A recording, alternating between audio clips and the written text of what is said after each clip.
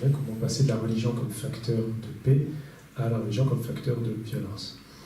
Il y a beaucoup de travaux qui ont été conduits sur l'usage de la religion et l'usage au fait de ce qu'il y a de commun dans la religion, c'est le sacré. Comment est-ce qu'effectivement on peut, à partir de sacralisation d'êtres humains, d'institutions, d'idées, de doctrines, de lieux aussi, et d'objets, comment est-ce qu'effectivement, au nom du sacré, on peut donc empêcher le sacrilège, en fait. La notion de sacré elle est importante, en arabe c'est le haram, en fait. Mais je ne vais pas détailler là-dessus. La question pose, en fait, sur le passage d'une religion de paix à la religion de violence. En fait, le processus de radicalisation qui illustre aujourd'hui dans les phénomènes que vous avez fait allusion au djihad et son usage dans le courant et le mouvement qu'on appelle le djihadisme. Comment effectivement une valeur centrale comme le djihad, qui est une valeur cardinale de l'islam, eh bien on peut aussi la transformer comme un vecteur de violence. Et donc ces processus de radicalisation sont des processus qui sont multifactoriels. Enfin, en tant que sociologue qui a travaillé sur la question du Sahel, par exemple, et même sur les processus de radicalisation des jeunes en Europe, etc., sur les différents types de parcours et tout cela, on sait de fait, dans les études scientifiques, que plusieurs facteurs entrent en ligne de compte dans le recours à la religion comme moteur de violence.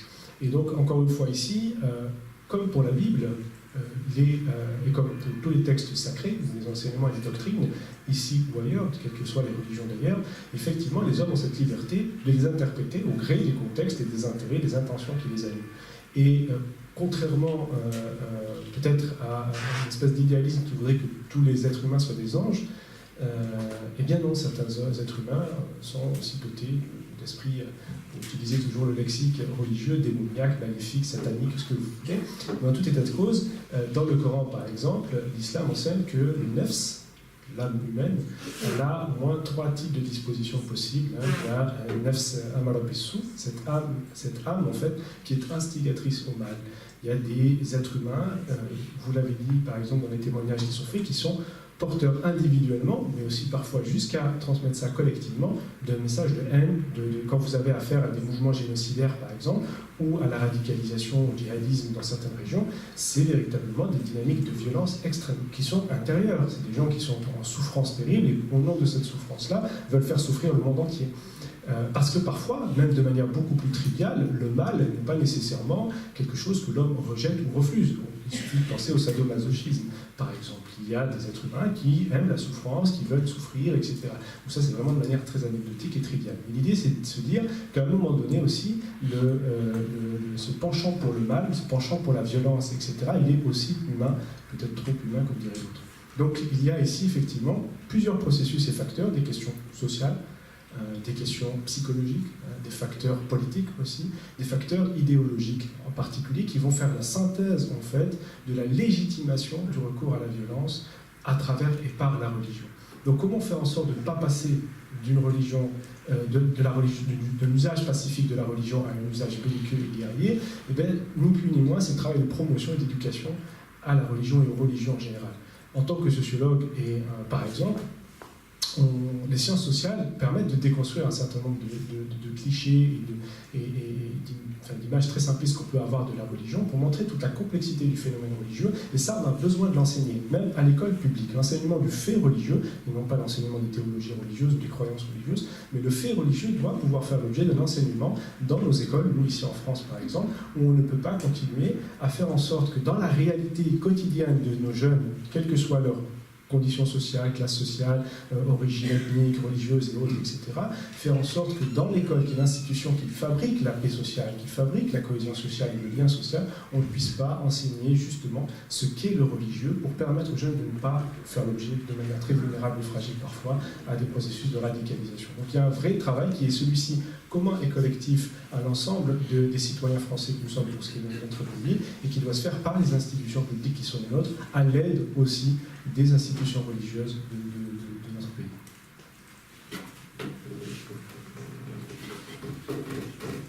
On a l'habitude de dire que la communauté est sainte, mais faite de pécheurs.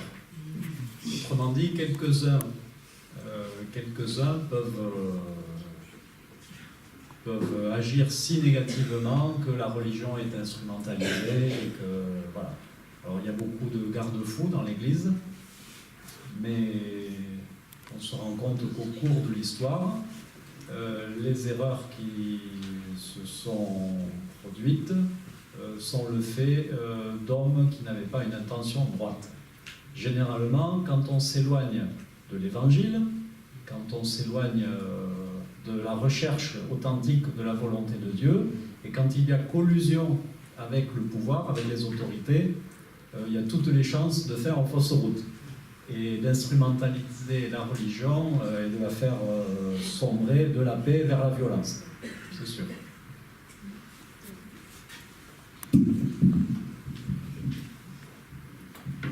Juste en quelques mots, dans la tradition bouddhiste, normalement, il n'y a pas comment dire, on ne peut pas imposer quoi que ce soit au travers d'une action guerrière ou nuire aux autres dans le but de sa propre religion. Par exemple, on n'a pas le droit d'imposer le bouddhisme à qui que ce soit. On n'a pas le droit de, on pourrait dire, ni même de le protéger par la guerre. Quand on regarde l'histoire du bouddhisme et l'histoire même du Tibet, vous voyez comment ça s'est passé. À l'origine, par exemple, avant que le bouddhisme arrive au Tibet, le Tibet était un pays guerrier, qui avait une armée très puissante, puisqu'il est arrivé à s'imposer sur la Chine pendant un grand nombre d'années. Quand les maîtres bouddhistes sont arrivés, et notamment un grand maître qui s'appelait ainsi Padmasambhava, donc il a indiqué au roi du Tibet de cette époque-là, qui s'appelait Tritson Detsen, que faire la guerre était un principe qui n'existait pas dans le bouddhisme, il ne fallait pas donc faire la guerre, et il devait arrêter ces actions guerrières qui existaient à ce moment-là. Ce qui a été fait au Tibet, c'est-à-dire que le Tibet ne possédait pas d'armée, ou une armée extrêmement réduite, peut-être de personnes qui maintenaient l'ordre, mais ce n'était pas quelque chose qui était présent. Normalement, dans les traditions bouddhistes, c'est quelque chose qui se véhicule de la sorte, c'est-à-dire que la notion de guerre, de violence, ne doit pas faire partie, ne fait pas partie du bouddhisme. Hein. C'est totalement proscrit, déconseillé, enfin, même plus que ça. Vous voyez, c'est quelque chose qui ne fait pas partie du tout du développement du bouddhisme. Mais il se trouve qu'avec le temps, et notamment l'influence, et je pense de la politique, et pour beaucoup de religions, à mon sens, la politique fait énormément de dégâts.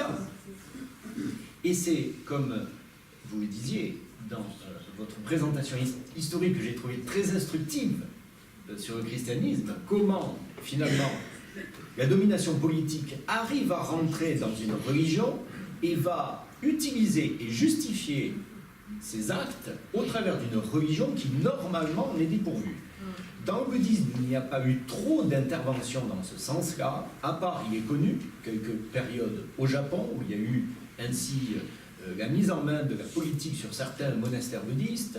De la même façon, à une époque, au Tibet, certains conquérants ont voulu s'imposer ainsi sur des monastères, et donc ont amené, on pourrait dire, une notion un peu guerrière aussi, qui est présente à un moment, mais c'est quelque chose qui est contraire à l'enseignement du Bouddha, de manière très, très marquée et très profonde, puisque le Bouddha lui-même a nombreuses fois dans sa vie amené la paix entre différents royaumes, petits royaumes, qui étaient en conflit, et lui-même a fait en sorte d'installer cette paix, d'établir une communication, un échange pour que la paix s'installe au lieu des affrontements. Mais il est arrivé que dans son propre pays, il n'a pas pu établir cette paix et que son pays soit rentré en conflit, parce qu'il n'avait pas l'autorité absolue. Et donc le Bouddha disait ainsi que finalement, même si l'on a comment dire, le souhait d'établir la paix, quand l'esprit des êtres est emporté par la colère et la violence, c'est très difficile de les retenir, quelle que soit la religion. Et je pense que toutes les religions ont un sens commun d'amener la paix, mais le monde ne fonctionne pas forcément comme ça, si on y regarde de près. Et les humains ne fonctionnent pas forcément comme ça. Quand les situations de conflit se produisent, il est très difficile de dominer la colère, de dominer l'envie de revanche qui prend place dans l'esprit, et la religion peut devenir quelque chose qui sous-tend cette activité, mais normalement, elle ne devrait pas le faire, comme c'est le cas dans toutes les traditions, parce qu'on voit que finalement, la paix est présente partout, dans toute approche, et ça devrait être présenté comme quelque chose d'absolument essentiel, quelque chose de vital dans toute tradition religieuse. Et à ce moment-là, je pense que ce point de vue, s'il était connu, s'il était présent, serait une très bonne référence. Mais si on ne l'a pas, bien évidemment, une religion peut devenir source de manipulation, peut devenir source de, finalement, de conflit, parce qu'on ne va pas vraiment comprendre ce qu'il y a dedans. Même si un grand saint, ou le Bouddha, ou d'autres présentent en disant il faut éviter la guerre, il faut pacifier son être, avoir la compassion, mais dans la réalité, on peut interpréter ça d'une façon totalement différente, et finalement rentrer en conflit. Donc, on considère dans le bouddhisme l'essentiel comme un travail sur soi-même, et à partir de ce moment-là, on pourra établir la paix. Allez-y, d'autres questions? Allez, on passe bonsoir, mon nom c'est Catron, je suis allemand, baptisé, protestant, luthérien. Personnellement, j'ai entendu 3 discours de philosophie. Un discours sur la philosophie musulmane, l'autre sur la philosophie bouddhiste, le troisième sur la philosophie chrétienne. Mais pour moi, il y a une réalité aussi. On a commémoré cette année la fin de la Première Guerre mondiale. On n'a pas tellement commémoré le début de la guerre de 30 ans. 1618-1648, qui était une guerre aussi de religion entre les protestants et les catholiques, qui a dévasté une grande partie de l'Allemagne, qui a coûté la vie à un tiers de la population allemande. C'était une guerre de religion. Maintenant, il y a 50 pays dans le monde où les chrétiens sont persécutés. C'est un fait. Le premier, ou le plus mauvais, c'est la Corée du Nord, qui avait une religion traditionnelle bouddhiste confucianiste. Le deuxième pays, c'est l'Irak. Le troisième, c'est l'Érythrée. Le quatrième, Afghanistan. Vous envoyez nos militaires et beaucoup d'argent dans ce pays, les chrétiens, nous les chrétiens. Le cinquième, c'est la Syrie. L'Allemagne a accueilli en 2015 1 million de réfugiés, dont 400 000, à peu près 400 000 sont restés en Allemagne. Une grande partie sont des Syriens. On les a accueillis. Le sixième pays, c'est le Pakistan.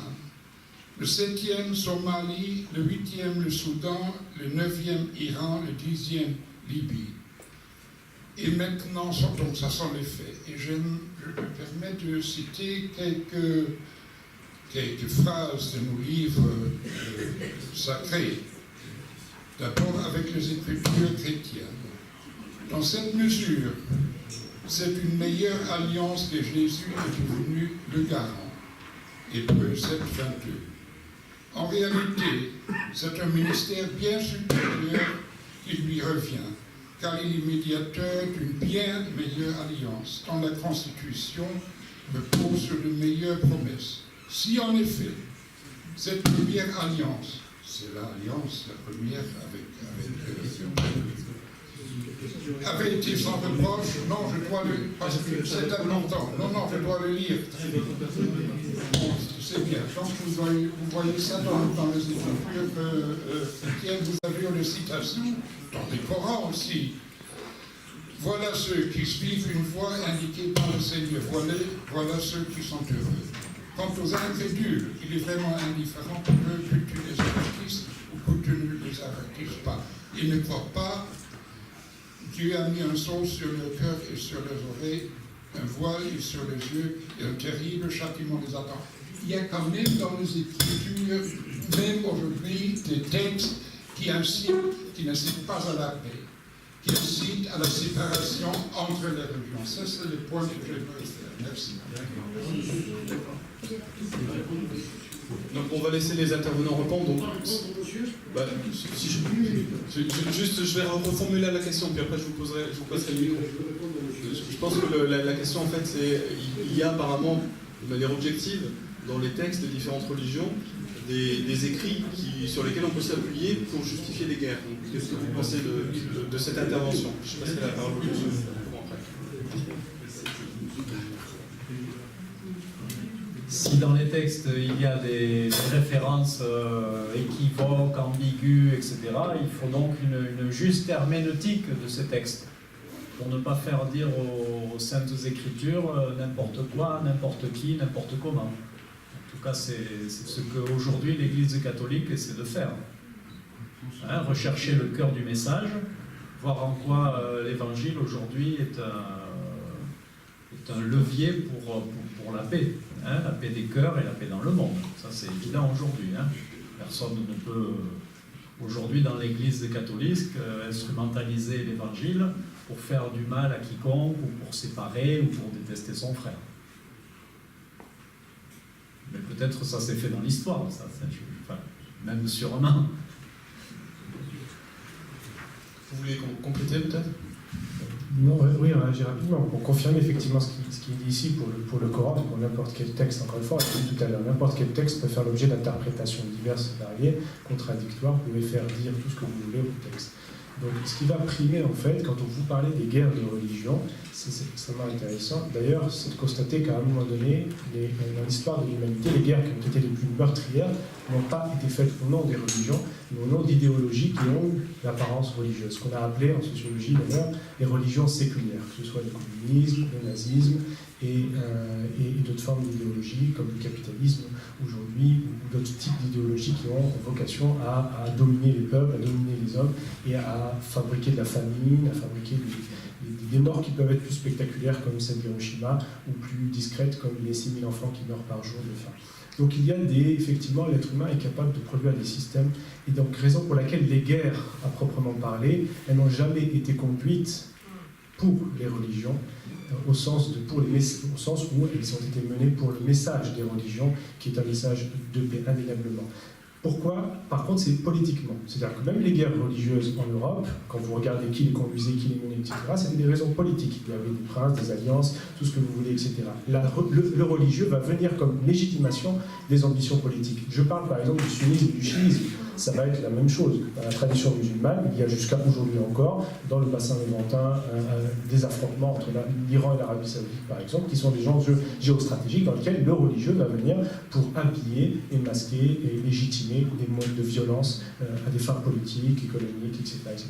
Donc, dans toute l'histoire de l'humanité, le sacré a toujours fait l'objet d'une manipulation pour à la fois réguler les conflits, mais aussi fabriquer des conflits et proposer des conflits. Donc les choses sont extrêmement complexes et ambivalentes, et raison pour laquelle il faut réintroduire, quand on parlait tout à l'heure du processus de radicalisation par exemple, eh bien, il faut réintroduire un petit peu plus de politique dans les débats publics. C'est-à-dire qu'à un moment donné, nos jeunes, par exemple, quand je parle des jeunes qui sont radicalisés, sont dépolitisés complètement. Ils sont en déconnexion de la réalité sociale, déconnectés des enjeux politiques de notre fonctionnement social et des enjeux aujourd'hui où ils ne peuvent plus en fait s'exprimer et prendre en charge le bien commun, indépendamment d'idéologies fallacieuses, extrêmement simplistes, du noir, du blanc, du gentil, du machin, manichéenne, etc., qui va fabriquer donc de la violence et produire de la violence.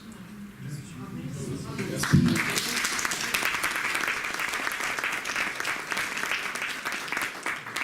Bonsoir, messieurs, dames. Je reviens à propos de monsieur là. On parle de toute la religion, moi je respecte toute la religion. Mais quand j'entends dire qu'on a été bombardé, qu'il y a des chrétiens en Afrique, je parle, c'est vrai qu'il y a des règles, mais quand j'entends dire les soldats, ils ont été là-bas pour défendre les chrétiens, je pense à autre chose, monsieur, je m'excuse, ils ont été là-bas pour les intérêts certains. Merci. Oui,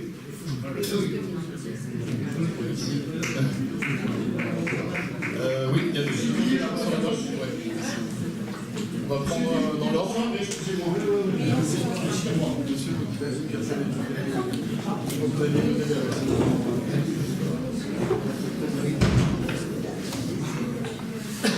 Voilà, Joseph Marie, donc prêtre de cet établissement et de l'église Saint-Martin à côté.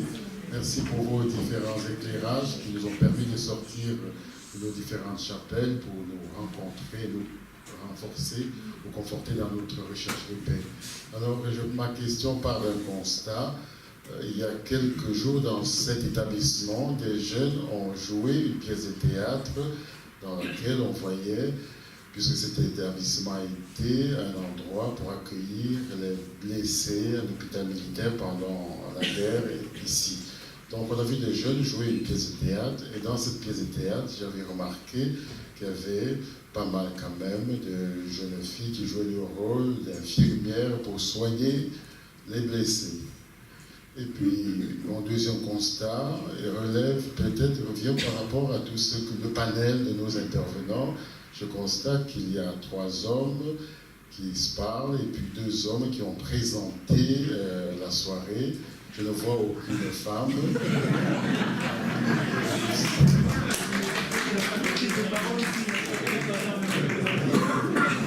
En tout cas, je ne veux pas, je ne vois que ce soit comme feu ou poudre, c'est juste pour m'interroger sur l'image que vos religions, ou en tout cas les religions nous envoient quand elles nous donnent à voir une animation comme celle-ci, avec un panel exclusivement masculin.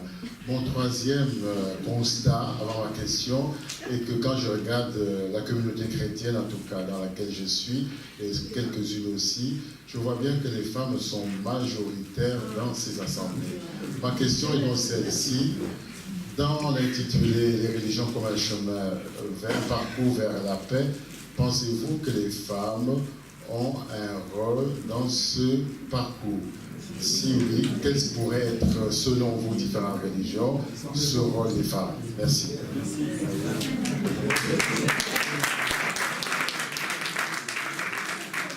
Juste peut-être une toute petite précision avant que les intervenants puissent répondre.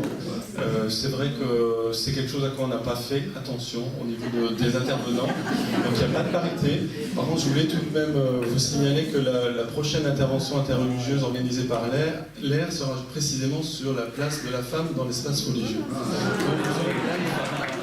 On parlera de ça. Mais voilà, si vous voulez réagir. La guerre entre l'homme et la femme. Merci.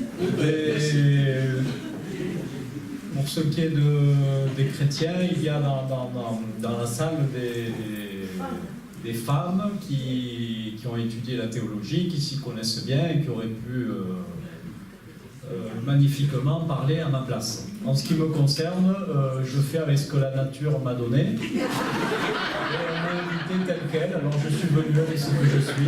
Excusez-moi d'être un homme.